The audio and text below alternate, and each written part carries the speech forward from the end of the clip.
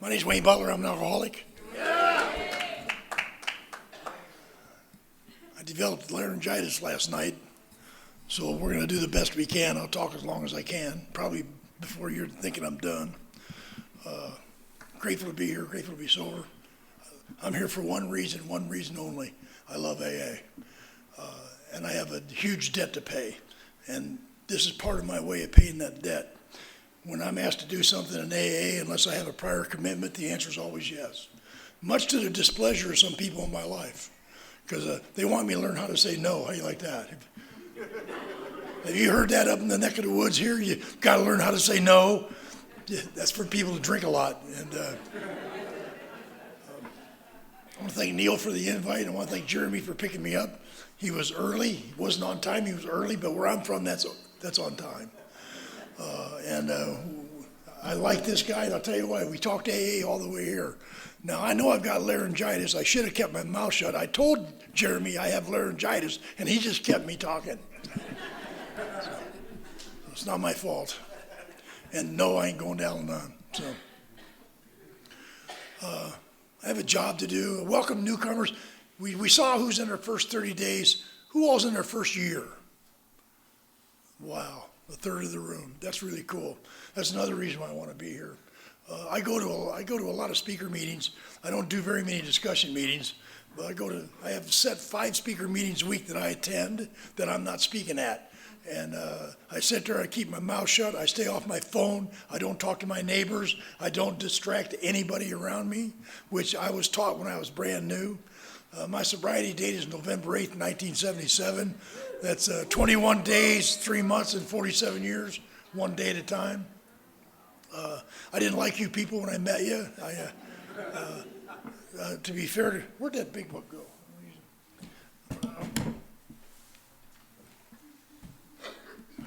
That's my security blanket. If you haven't read this book, I strongly encourage you to. It's not the only book that we have. I'm a recovered big book thumper, which there's a time when I would have told you all my answers are in the big book, and that would have been a lie, because all my answers are not in the big book. All my answers are in the big book in the 12 and 12, and AA Comes of Age, our first history book. That's where if all your answers are in the big book, good for you. Mine weren't. And there's a lot of dead alcoholics because theirs weren't either. And they wouldn't read the 12 and 12 because there's people opposed to that book for some reason. And I don't want to get on a soapbox. I'm just saying my life depends on having an open mind. I don't know about you guys, but my life depends on that. My mind can snap shut just like that. In those years before I came to AA, I was a total mess. I wasn't atheist or agnostic, but I lived that lifestyle, if you know what I mean, and I know you do. I love to drink. I suppose that's important to say at Alcoholics Anonymous. And by the way, I got to get this out of my system. When I walked in here and started seeing you people, I knew I was home because I got sober in a group just like this. Blue collar, well, they're farmers. I don't know about you guys, but a bunch of gnarly blue collar, mean people. And I happen to be the youngest guy by 40 years when I got sober. I got sober at 27. My self-appointed sponsor was 67, and he was the youngest guy by 17 years. The other six guys in this group were ranged 84 to 91. And they said, if you want what we have, and I'm thinking, what do you got, osteoporosis?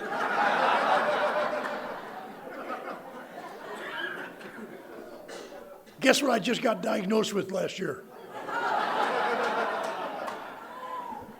Watch how you act around here. I have a strange relationship with alcohol. How can I love something inert like alcohol? It didn't make sense to me. And I didn't know I loved it till I met you guys. I didn't know that I had a faulty dependency, as many of you do. I had a faulty dependency. I depended on alcohol for everything, and I didn't know that. I was just drinking. Anybody else? I was just drinking. I overdrank a lot, by the way. And I did. I wasn't alcoholic. I wasn't alcoholic in AA. By the way, I went to my first meeting on November 3rd, 1972 to get a handout. That's the only reason I went there. I'm not alcoholic, don't you see? I'm psychiatric. I should tell you that too. I've had no booze, pills, powders, potions, or lotions that affect my emotions from November 8th of 1977 to today. I do have a history of dating, mind, and mood-altering women.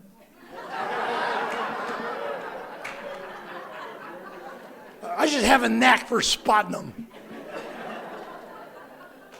A friend of mine who's gone to the big meeting, Jim Williams out of Texas, he would say, line up 10 pretty girls and I'll pick the sick one every time. And when she starts to get a little well, I'll put her back and get another one. I didn't do that in AA, I did that in the psych ward. I was in the Watertown Insane Asylum for the criminally insane 14 times. To be fair, I self-signed in 4 times because that's where my girlfriend lived. Her nickname was Psycho Sober Sybil. Here's how I met her. I was in restraints. I didn't know about section restraints till I met Sybil. Don't judge me, I was in restraints.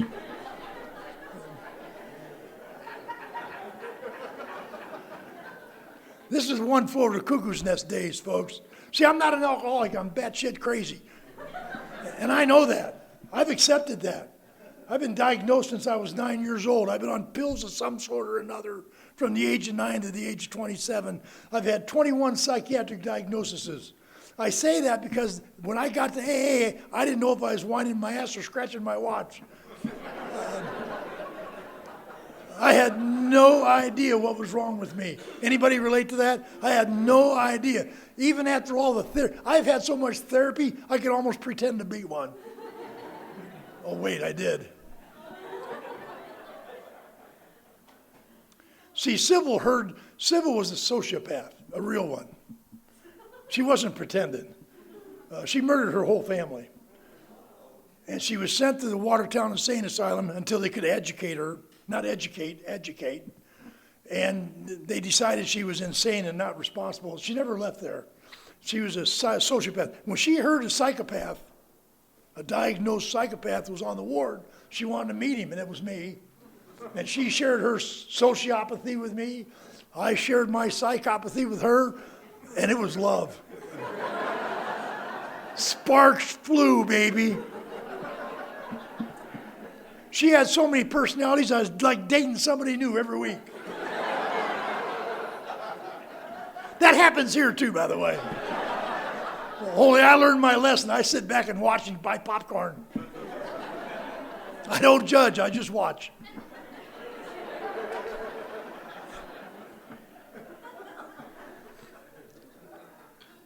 What is it about Budweiser, I would wonder? And I know a lot of people did other drugs too, but I'm here to talk about alcohol. And I've done my share of psychiatric medication. And God bless them for trying to fix me, but they couldn't fix me like Budweiser did. When I was 17 years old, I was already crazy as hell. You know, and I'm going to tell you a couple of stories that might seem like I'm blaming. I'm not. I'm just reporting the facts. Whatever I share with you tonight, there's very little emotion attached to me anymore. I've recovered. I've recovered from a seemingly hopeless condition of mind and body. Where alcohol is concerned and where life is concerned by the good grace of God and the power of 12 steps. I want that to be known. That's so important to know. So many of us are dying in AA. You know, I recently called GSO because someone said something that I didn't believe was true. Told me they called GSO and asked me what our success rate is. He told me 3.5%, and I said, that's BS. So I called GSO. They said 3.5%. But they're wrong. I love telling people they're wrong. Do you know what the real statistic is? Would you like to know? Some of you already know what I'm going to say. It's in the forward to the second edition. Of those who came to AA and really tried, 50% got sober at once and remained that way. 24% got sober after some relapses and remained that way. And of the remainder, Bill says, if they stayed with us, they showed improvement. I love his optimism. We have a 75% success rate today. But here's the catch. Of those who came to AA and really tried. You guys and gals that are in your first year, it's so imperative to attach yourself to a sponsor. God's got this. But become an AA'er. I'm an AA'er. I've been to a meeting every single day of my sobriety for 47 years. Now, it's almost impossible when I've got 2 million air miles on top of that. So I travel a lot. So when I can't get to a physical meeting, I read a story in the big book. That's my meeting. I only do that when I can't get to a physical meeting. Does that mean I'm addicted to AA like some people say? No, I'm in love. I am. I never knew there was hope for me. Every psychiatrist I had put me on medication for life. The last time, I'll tell you about that, I've been going to AA for 5 years, but I'm not an alcoholic. I never once raised my hand from November 3rd, 1972 till November 8th, 1977. I never once raised my hand and said, I'm an alcoholic. Here's what I did. When I met my sponsor, William Barney Barnett, meanest, evilest human being I ever met in my life. Farmer. They have no sense of humor. They get up before dawn, which isn't even sensible. I was looking for a handout, and a guy named Harvey sent me to this place, 410 16th Street, Moline, Illinois. He says, you go down there in the morning, you tell them Harvey sent you. They're friends of mine. Show them that brass coin I gave you. They'll help you. He didn't say I was going to AA. You see, he's a good old timer. He knows how to manipulate an alcoholic. Because I didn't see it coming. I was under the impression I was going to get something to eat, some Pell Mell tailor-made cigarettes, because I'm a curb butt smoker on Skid Row. I love a fresh one. You know what one of my resentments was on my 4-step? Is all them buttheads that would walk up to me and smoke half a cigarette and then drop it, giving me hope. And then they go like this.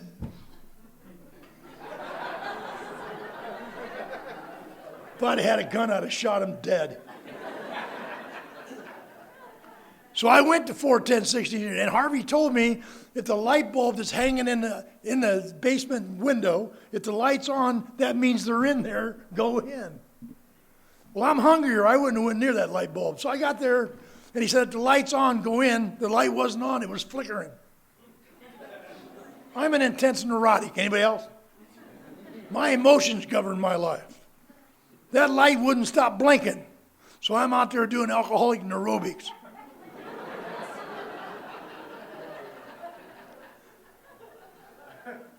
The light wouldn't stop, so I couldn't go in.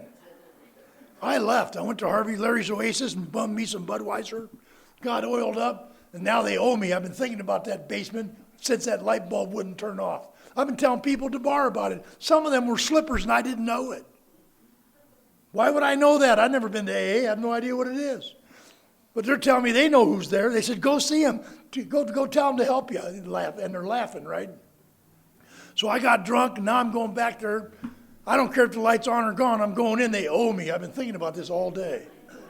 So I got back there about 8 o'clock at night. Isn't that interesting? It was a Thursday night. I've come to find out they've only got 2 meetings at that group at night, Thursday and Saturday. This would have been any other day, Thursday or Saturday. There wouldn't have been a soul there, and you'd have a different speaker tonight, I bet you. But I got back there about 8 o'clock. Isn't that interesting? Didn't notice the light bulb, but they owe me. I went charging through that basement doorway, failing to notice the door hitters, 5'10"-ish. I'm 6'3"-ish. I ran eyebrow right into the door hitter. The impact knocked me backwards. I landed flat on my back. The wind was knocked out of me. I can't breathe. And I slid into my first meeting of Alcoholics Anonymous. There's a round table with 6 or 7 old men talking about dying, I'm sure. And I slid right between 2 of them. And this old grizzly, mean, evil, ugly guy gets up, goes just like this.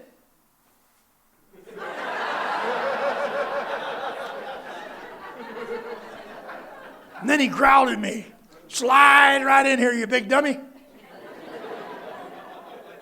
We got a rent to fit every nut that comes in the door, and by the looks of you, it's going to have to be an adjustable wrench.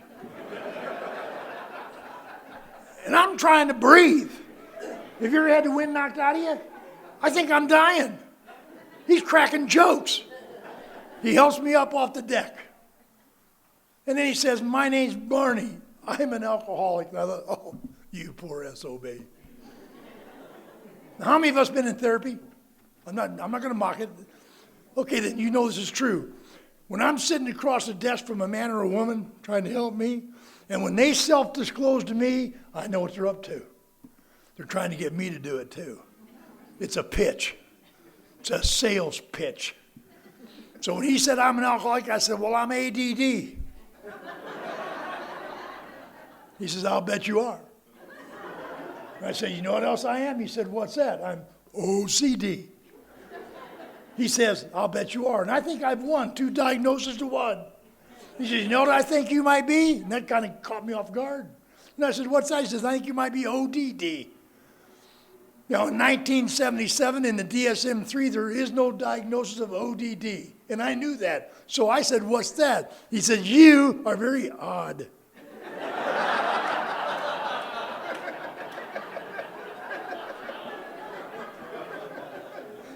And then he says, and I'm going to be your sponsor.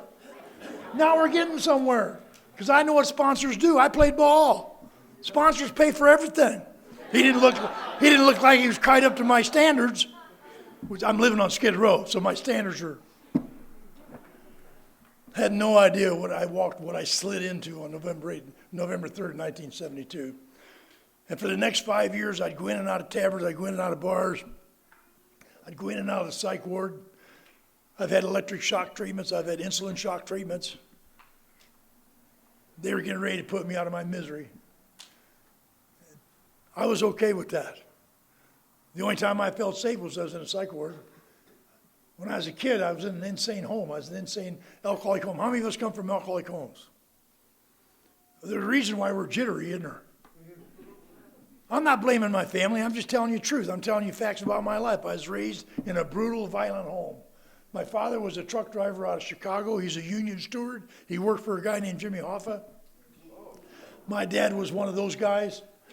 He's had the experience of shooting people, knifing people. He wanted to raise me to be that way too, but I wrote poetry.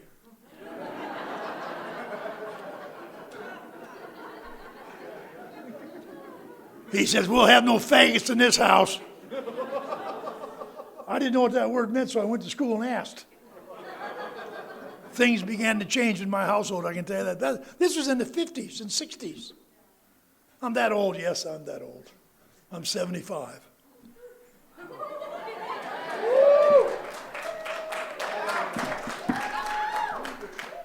I look good. I shaved my head just because it saves about 15 years. And if I knew girls was going to rub my head, I'd have shaved it when I was 4.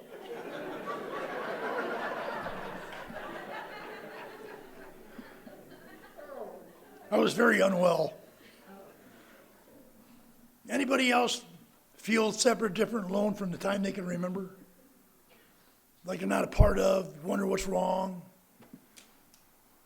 And then couple that with the trauma of childhood trauma. That didn't make me alcoholic, but I have to tell you, it triggered my alcoholism. I don't want to make it like it doesn't apply, because it does. You know, the brutality in that home, watching the violence, watching my dad beat my mom up. Then we'd get in line and get our dose. That's just the way it was. My dad was a whiskey drinking, barroom brawling truck driver.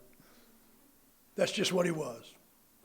That didn't make me alcoholic, but it put a definite spin on my personalities.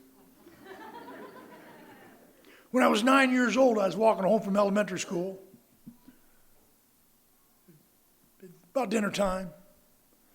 And this neighborhood guy pulled me off the street and locked me in his coal bin in the basement.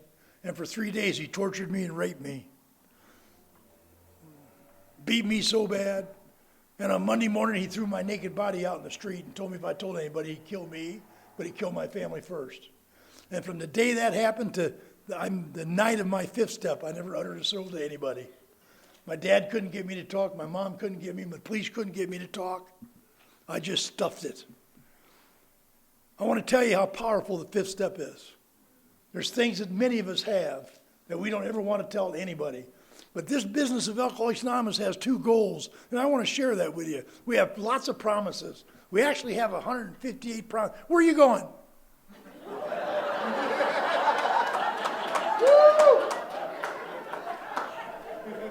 You too! Hell's the matter with you?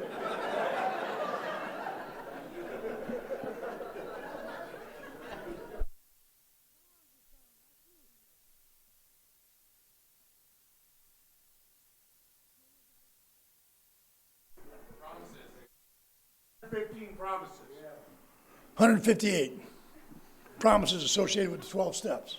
But there's only two goals in AA, and I think it's important to know this. One is victory over alcohol, and the other is freedom from the bondage of self. How many of us have been victims of being bondage of self? The question we like to ask in AA, like that young lady, she sat down. Lots of people give me the burden, just keep moving, and that's not a hint, by the way. The question is, how free do you want to be? Which is I'm here because I want to be free. Being free, that's what Budweiser did for me. You give me 3 or 4 Budweisers and I go from 0 to hero. You give me a few Budweisers and I get smart. And I already sized up the tough guys in the room. I already spotted you. So don't get up after the meeting with me and tough me out. Because I'm not tough. I'm not a tough guy. I'm just sensitive. And I have issues. If I had teeth, I'd bite you.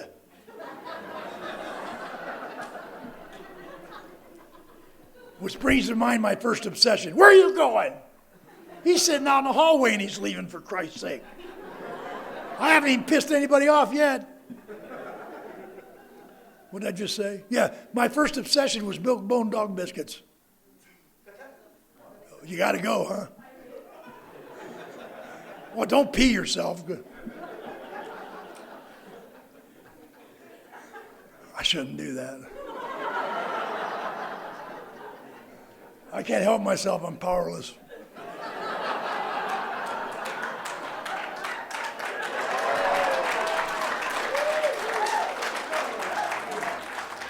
By the way, you're my bodyguard tonight. Okay.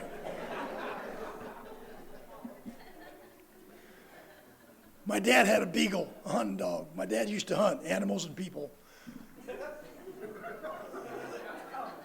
And me and my brother and sister, we didn't get treats, but the damn dog did. So I asked my dad, how come he gets treats and we don't? He says, because he works. So I found where my mom hid them and I started eating them, and that made her crazy. Well, I liked them. They were really tasty. Made my mom crazy now. You got to understand, every Friday night, my dad would play poker with the boys out of Chicago. And these were all tough guys. And I wanted to be a part of, and I didn't quite. So I would sneak out into the kitchen, and I'd get a milk bone, and I'd put it in my mouth, and I'd walk right into the poker room. And then Phil would look at my dad and say, what's wrong with him? It was worth the beating I got every time. Then finally, my dad told my mom to put him up high. I couldn't reach him, so I took up grocery shopping with my mom. I was a mama's boy. How many of you know why I went grocery shopping? I'll tell you why. We lived in this little neighborhood grocery store. It was a mom and pop joint. And my mom would be over in the milk and eggs, and she'd lose track of me. My nickname in church was Little Wayne. I was a little guy. I didn't sprout till a long time. The nickname was Little Wayne. I heard somebody hijack that name, by the way.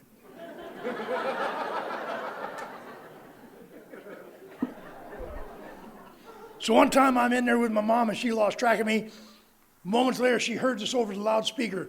Will someone please come get their kid out of the dog food aisle? Because I'm sitting on the floor eating milk bones out of the box. Got 86 from my first grocery store. I know this is AA. So she quit taking me grocery shopping. And I was watching cartoons one Saturday, and I saw this commercial for the new family-size milk bone. And I understand obsession. because I couldn't stop thinking about him. But I couldn't find him. So one Saturday, my mom thinks I'm out playing wiffle ball with my brother. I'm actually hiding behind the couch. Now, they say we have no willpower. Let me tell you something. When I'm obsessed, I've got all kinds of willpower. I hid behind the couch for hours. Finally, I heard my mom call that beagle out to the kitchen. He comes flopping through the living room, sees me behind the couch, gives me one of these with his ears, goes out to the kitchen. I hear my mom rustling around. Pretty soon, here comes that beagle with a family size dangling from its mouth, looking right at me. And that pissed me off. He doesn't know what hit him. I lit on top of him. I put him in a chokehold. I am choking him for everything he's worth. He will not let go of that milk bone, so I bit his ear. Yeah, I'm that guy. I'm chewing on his ear, and he finally lets go. And how many of us have thought for that split second, we're winning? And I caught it right before it hit the ground, and the reason is he bit me back. I have a scar right here in my eyebrow, and I got a scar right there where he locked on my face. And he literally shook the obsession for milk bones right out of my little body. No sponsor, no 12 steps, no commitments, no service. Gone. Haven't had a milk bone from that day to this. Wouldn't you agree that's obsession? But it ain't like the obsession I had for alcohol. Because alcohol done something for me it's not biochemically indicated to do, and I didn't know that till I came to you guys and learned the science of alcohol. And not everybody needs to know that, but I needed to know. I needed to know what's wrong with me. I couldn't understand why I couldn't drink one drink. My sponsor gave me a big book, and he said, I want you to read the first 4 chapters. The Doctor's Opinion, 1, 2, and 3. Wanted me to look for where I relate. Now, I didn't even know the phrase, look for the similarities, because that implies I was actually trying to find differences. I didn't have to try. They're right there in my face. How many of you actually try to find what's different, and it just happens? Well, I never did that. Never did that either. Nope, didn't do that. Well, I read that, and I've never had a morning drink in my life. I have never switched drinks one time. I have never moved anywhere geographically. I didn't relate. I didn't relate to Bill. He was a lieutenant. I was enlisted. He was in World War II. I was in Vietnam. I'm not like Bill. My mind made things different without my permission. So I told Barney, I don't relate. He said, well, I want you to read chapter 4. So I looked at chapter 4, and how many of you know what the title is? We Agnostics. I said, Barney, I can't read that chapter. He says, why not? I said, the title. He says, what? I said, the title. He says, what's with that? I said, it's We Agnostics. I'm a Christian. Now see if you follow my logic. If I read this chapter, Jesus is going to think I really don't believe. And I'm looking for options. So I can't read it. And he looked at me and he says, you're a special kind of stupid, ain't you?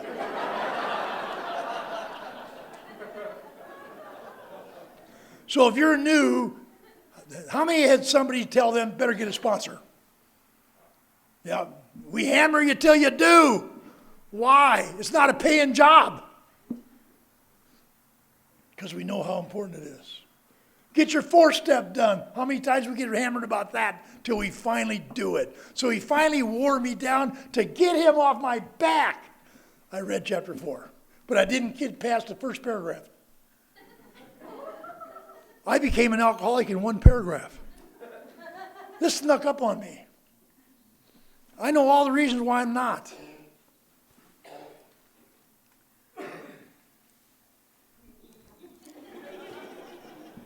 I know it by heart, but I want you to think I'm humble.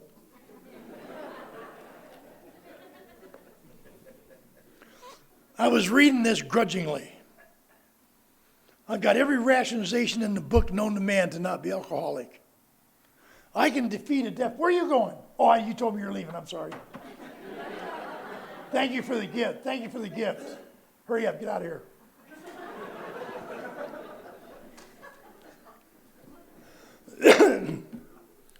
Well, you slipping out while I'm looking at her, huh? This is really a restless place. I'm reading this slowly to aggravate my sponsor.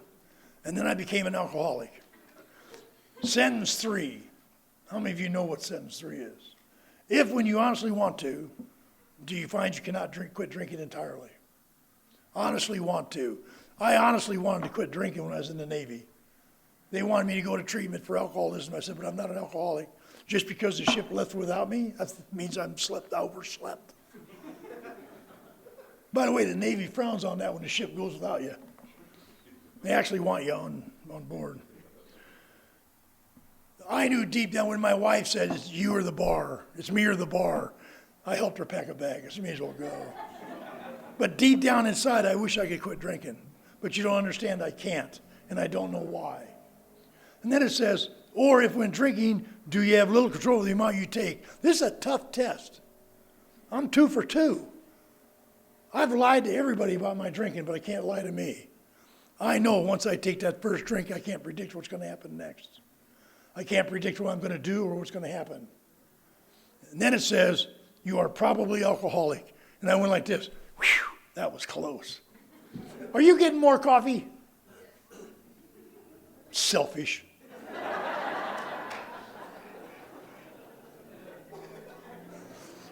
I was going to ask her to bring me one, but that would... afraid she might throw it at me, so. Probably. You are probably alcoholic. I literally went, that was close. Because I know what probably means. Almost, not quite. And then it says something that was interesting. If that be the case, I may be suffering from an illness which only a spiritual experience will conquer. And that baffled me. And then I remembered how it works when Barney made me read chapter 5. Remember that we deal with alcohol. Cunning, baffling, powerful. I think that is the most important sentence in the book. Remember that we deal with alcohol. Cunning, baffling, powerful. I was absolutely baffled by the fact I couldn't leave alcohol alone. You see, I know the science of alcohol. I'm going to present you a fact, not an opinion. Alcohol is not addictive by nature.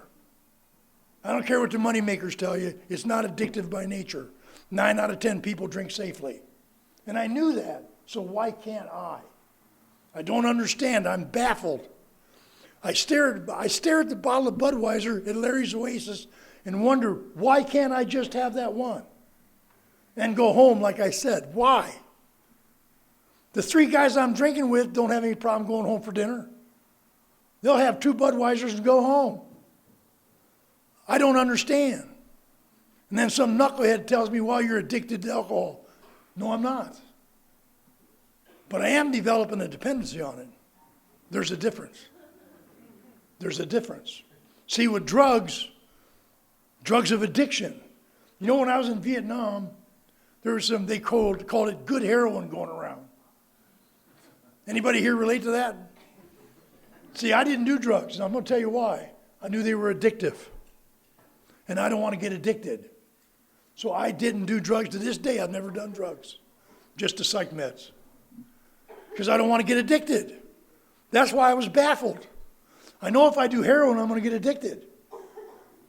I drink Budweiser, and it takes 3 or 4 Budweisers before I realize I can't stop. I'm baffled. I'm so glad I came to Alcoholics Anonymous and got educated here. Because I've had some of the biggest experts in the state of Illinois trying to read my mind and figure me out. I'm in a book. My case study is in a book. Guy got it published at Hazelden. One of his stories is about my case where it was impossible for me to ever recover. That I would be locked away for the rest of my life to protect society. See, when I was in high school, I was bullied a lot because I'm a Christian. I don't fight back. And I'm also scared. I'm also brutalized by the trauma that's happened to me at the age of 9. Stanley Steamer beats me up 3 times a week, whether I need it or not. Well, this one Friday, he chased me across the ball field. I'm running for my life. And I trip over a baseball bat that they left behind on the field. And that bat flipped up and landed right in my hand on the deck. And I stood up and swung with every ounce of energy I had in my body, and I hit Stanley right in the forehead and opened his head up. And my body was covered in his blood. I'd like to tell you I felt bad about that. But I knew from that moment on nobody would ever hurt me ever again without consequences. Something happened to me that day. Stanley died the next day. I was put in a psych ward. It was declared self-defense. I had no remorse. I don't to this day. I found out that my conscience got buried in the pain of life. And the only thing that made me feel civilized was Budweiser. Would you want to quit? The only thing that made me feel a semblance of humanity was when I was drinking. Would you agree I need a new power? When I was 10 years old, and please don't judge me till I finish the story. My dad's route was through the deep south. When I was 10 years old, he's trying to protect me because I wouldn't tell him who hurt me. And my dad didn't want me to be hurt like that, so he took me on his runs with him. And this one weekend, he drove me with him through Mississippi and Alabama. We ended up at this big farm where there was a large group of people out there burning crosses. And my dad indoctrinated me into that hate group. And I'd like to tell you they didn't get me, but they did. And I embraced it. So when I got to AA, I was a hater. I was a bigot. I was racist. I'd taken human life. Oop. That's my heart medicine monitor. Sorry. Yeah. Can you hand me my water? I got to take this or you might have a different speaker later. But see, I usually take it at 6:45 to prevent this, but I forgot you're 7:45, which is 6:45. You don't need to know. People on here are going to think I'm nuts. Thank God for that alarm, or I'd have forgot. Now, where was I? Racist. Thank you.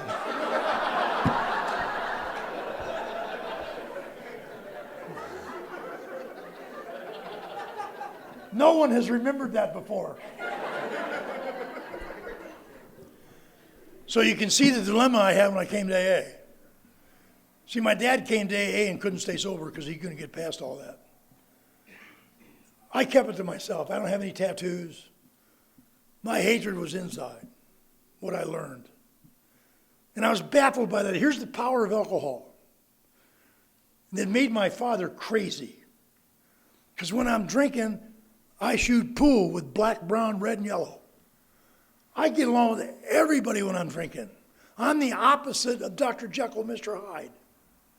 I'm Mr. Hyde looking for Dr. Jekyll. You get it? My brother, sober 45 years, just passed away a couple months ago. He's a Dr. Bob type. He's that type talked about by Dr. Silkworth. Normal in every regard, except for the effect alcohol has on him. And then there's neurotic types like me. The type that are abnormal in almost every way, emotionally. Given a few drinks, I seem to normalize. I'm the guy you want to drink with. I'll spend money I can't afford just so you like me. I've never been in a fight drinking in my life. I've been arrested 9 times, twice while drinking, 2 times without an ounce of alcohol in my body in AA meetings. And that was really annoying. I didn't think they could do that. We got traditions here. I wasn't sober yet. This is in that 5 years where I was coming in and out, being non-alcoholic. One time, I was sitting in the middle of the boat. My sponsor made me sit in the middle. 2 deputies, speakers up here speaking. So there's a commotion in the back, and I turn around, look, and there's 2 deputy sheriffs coming in the door, disrupting the speaker, no respect. And they're looking right at me. So I know they got the right guy. So I stand up. How many of you know what the first handcuff syndrome is? That's where you're not going to let them get the second one. I offered them the first one, trying to be humble. And as soon as they clicked it, the fight was on. There's 2 of them and 1 of me. And the group got out of the way to let them work. Speaker kept right on speaking. Didn't even admonish them. And then they pick me up, they're dragging me, one on each shoulder out the door. Got a newcomer holding the door open. 'Tis commitment. And as they drag me by, he whispers, keep coming back.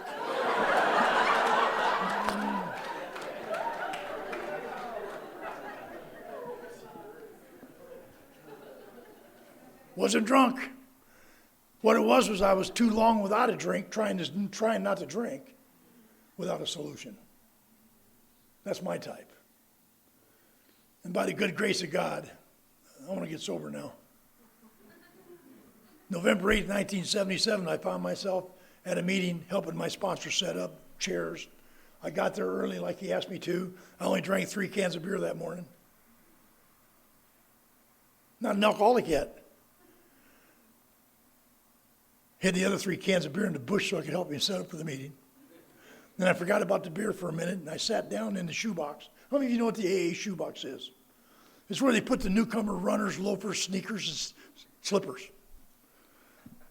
The door flies open about 15 minutes before the meeting starts at noon, and this guy comes in just like this, tripped over the threshold and did a face plant. And he was so drunk he didn't even move. And I saw Barney, he's at the coffee bar with newcomer Tom. Tom's his newest sponsee. No, Barney's my sponsor. Now I care. Tom's sober 14 days. I know because he announces it every day. My name's Tom, I'm sober, I have 3 days. Everybody claps. By day 5, I'm Tom, I'm 5 days, and he starts clapping. So I know he's got 14 days, and he needs to die because he's getting a lot of Barney's time. So while I'm setting up chairs, Tom, with 14 days, is at the coffee bar writing out his 4th step already. Barney's right beside him with his arm on his shoulders. Tom's got to go. And then Jimmy comes flying in. And I see Barney and Tom both turn towards Jimmy. That's his name. So I knew Barney was going to go get him like he got me. So I jumped up and ran him off the pass. I got over to Jimmy and I picked him up. But I didn't know what to do with him. So I remember what Barney said to me. I said, well, hi, my name's Wayne and I'm an alcoholic. Oh no! Barney heard that and stopped dead in his tracks. And then I remember what Barney said next. And Jimmy, I'm going to be your sponsor. Now, Jimmy's drunk. I've only had 3 beers. Barney gets off his stool at the coffee bar with Tom. If I'd have known all I had to do was sponsor somebody to get him away from Tom, I'd have done it 13 days ago. So Barney gets about this close to my face and whispers, dummy, don't call me that in front of my new sponsee. He says, do you mind if I co-sponsor him? No, you can't. I ain't had no co-sponsor. He's mine. That's what I thought, but I said, okay. I do believe today somebody would intervene and stopped it. But you see, Barney was a guy who believed in God and AA. Barney told me later, he says, dummy,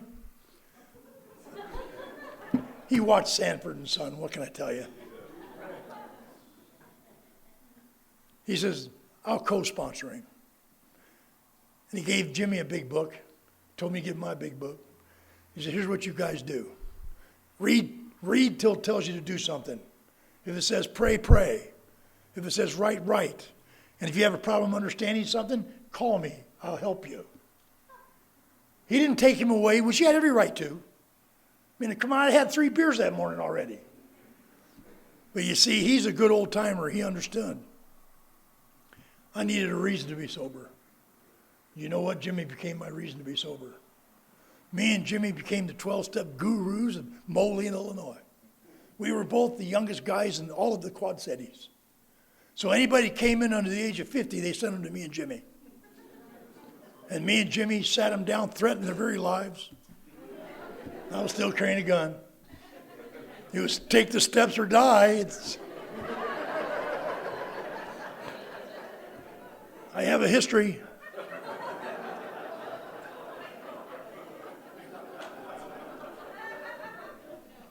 Let me tell you about the power of sponsorship and good old-time AA. We're not past that, by the way. Anybody can join old-time AA. Just use the big book. That's the old-time AA. When I was 3 months sober, Charles, a man who happened to be black, asked me to sponsor him. I pulled that gun out of the back of my belt. I pointed at him and I called him a name. And I said, get away from me before I put you in the ground. I went home that night and my sponsor called me. Dummy! I said, what? He says, heard you told Charles you wouldn't sponsor him. I said, you know I can't sponsor him. You heard my fifth step. He said, here, let me tell you something, dummy. Are you aware nobody in AA in the entire Quad Cities likes you? Not one person. Do you know that I am the only one that will sponsor you? And if you don't have a sponsor, you ain't got no chance of staying sober. So you're going to call Charles up. You're going to apologize. You're going to tell him you were wrong. You're going to tell him if he'll forgive you, you'll never use that word again as long as you live. And you'd be happy to be a sponsor. The only reason I did it because I knew there's not a snowball's chance in hell he's going to want me to sponsor him. So I was really an ass. I called, Charles, this is Wayne. He said, I know. Had a bit of a tone. My sponsor said I got to call you. My sponsor said I got to apologize to you, so here we go. And I said, and if you'll forgive me, I'd be happy to be your sponsor. Charles started crying on the phone. And he said, I can't believe you've called me and done this. He says, I'd be happy to have you as my sponsor. Well, that didn't work. 2 months later, the 6-foot lesbian come up to me, thumping me in the chest. This perplexed me. She said, you're going to sponsor me. I said, the hell I am. Jump on your kickstand, ride your ass out of here. No offense.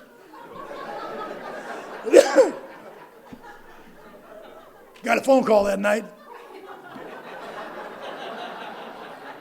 Heard you told Joyce you wouldn't sponsor her.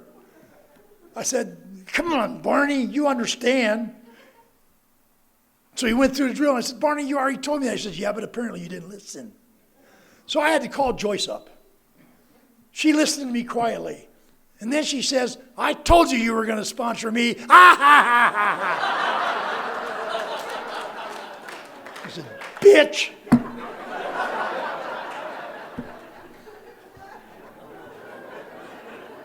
A couple of months later, Adam the Jew.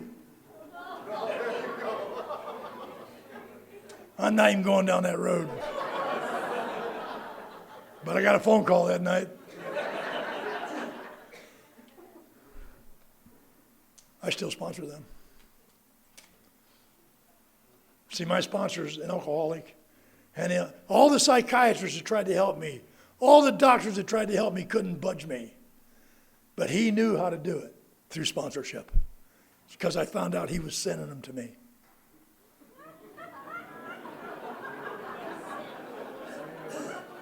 I didn't think it was funny at the time.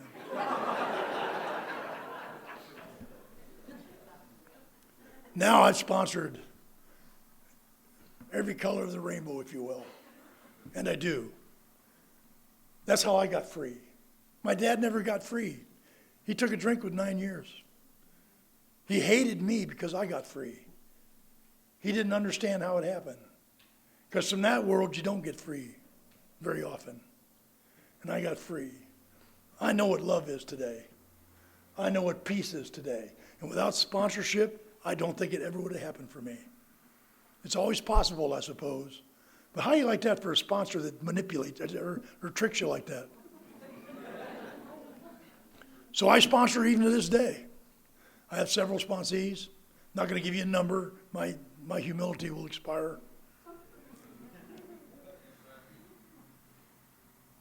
I can't ever be so grateful. You guys got another 10 minutes in you? Yeah. I want to share something that's important to me. That is the most profound story I can tell you.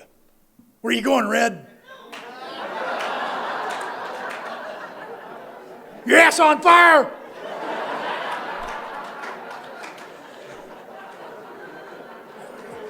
Are you the boyfriend? You're going to say, you got my back, right? Well, did you see how quick she was? I'll bet she ain't moved that quick in a long time.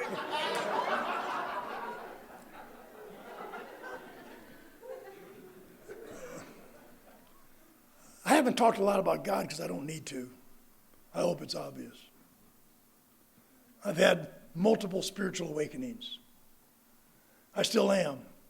I learned in AA, there's 3 phases of 12-step development. It helps to know where you are. My sponsor always wanted me to know. There's 3 phases. We all know phase 2. The promises are all about that. If you have been painstaking about this phase of our development, you'll be amazed before you're halfway through. Step 6 and 7 is halfway through. I was amazed at 6 and 7. The idea that I could be restored to sanity. Oh, you see, that's what phase 2 is. Phase 1 is desperation. Desperation. How many of us came here desperate?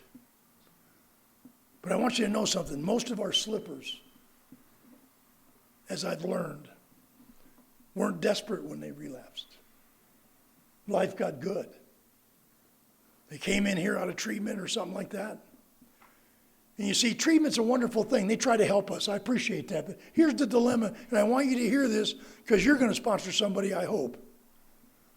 But when people go through treatment, their desperation is relieved. By the time we get them, you've got 30 days, 45 days, 60 days, 90 days of sobriety, and the desperation is gone, and you think that's a good thing. But you see, that's the motivating factor for steps 1, 2, and 3. I would have never done what my sponsor asked me to do if I wasn't desperate. I had desperation of dying, and interestingly enough, paradoxically, I had desperation of the living. I found out I wanted to live. I'm having a heart procedure in 2 weeks. It's kind of sketchy. But my sponsor says, I've got it on good authority. God ain't ready for you. And the devil don't want the competition. Right before I got on that freaking airplane this morning, I'm watching YouTube and those 4 plane wrecks we've had in the past month. Now, isn't that smart? Does that tell you anything? I'd yell at him, but he's got headphones on. He ain't been in the meeting. Okay, never mind. What was I saying? Desperation.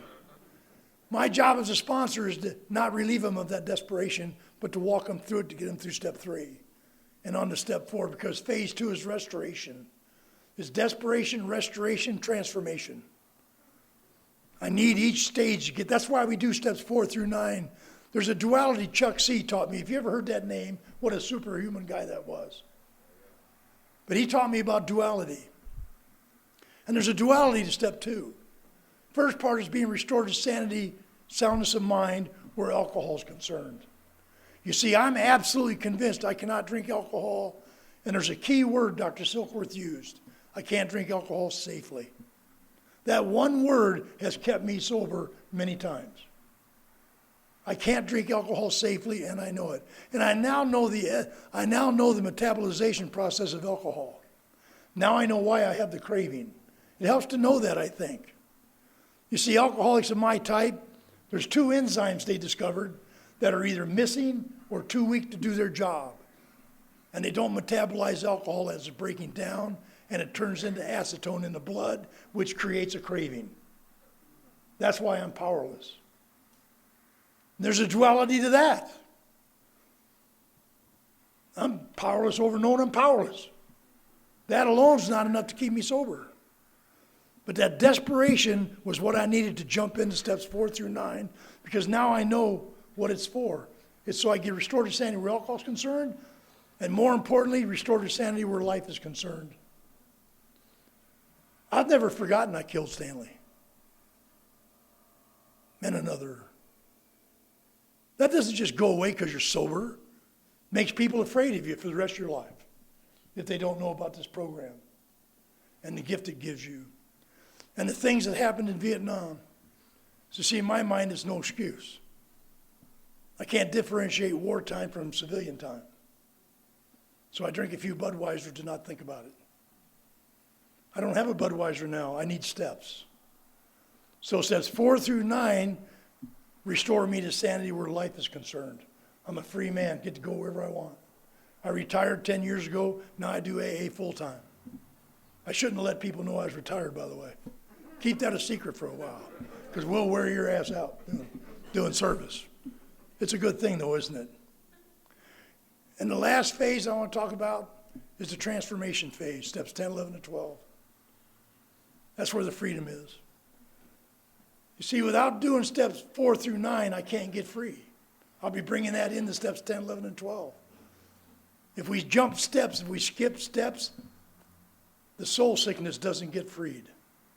And you see, I come to find out that my real problem, you see the disease, I got some good news for you, although a lot of people will disagree because there's a lot of victimhood in it.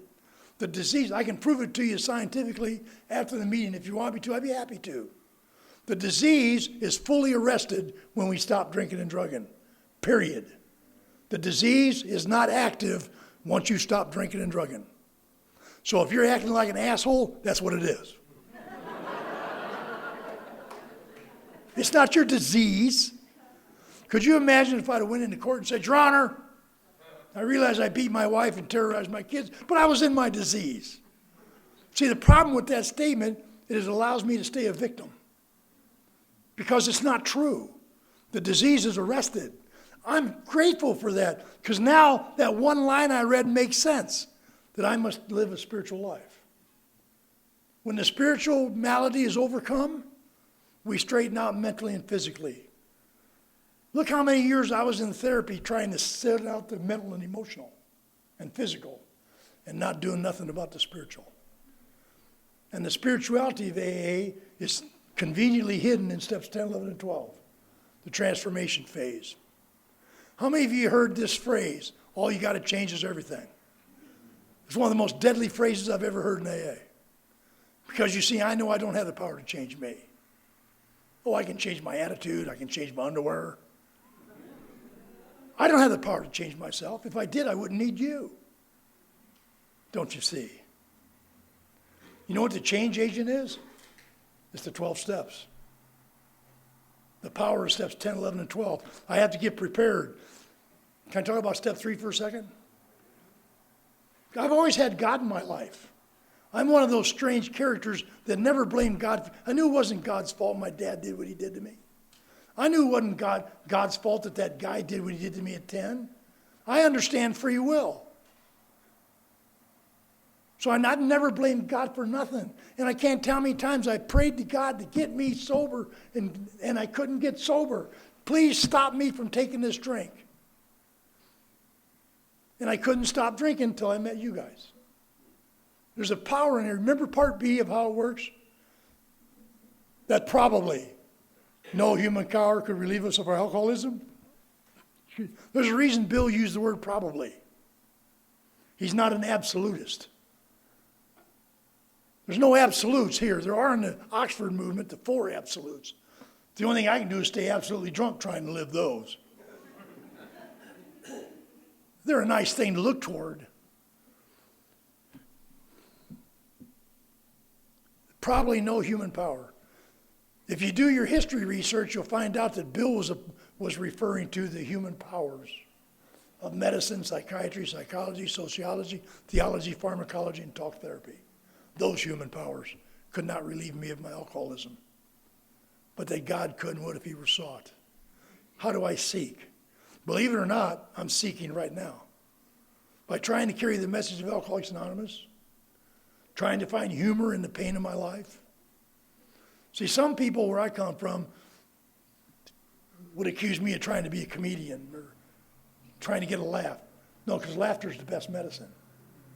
I've been able to laugh at myself. My sponsor said to me when I was new, dummy, if you learn to laugh at yourself, you'll never be left unamused. It took me a while to get that. I want to tell you about one miracle of my life. I'm not the miracle. That feeds my ego. I'm not a miracle. Are you kidding me? All of you have the same miracle I've had, and that miracle is called Alcoholics Anonymous. For no rhyme or reason, AA developed between a bankrupt stock speculator and a drunken butt doctor, a proctologist. He knew someone like me would be coming down the pike, if you catch my drift. Think about it.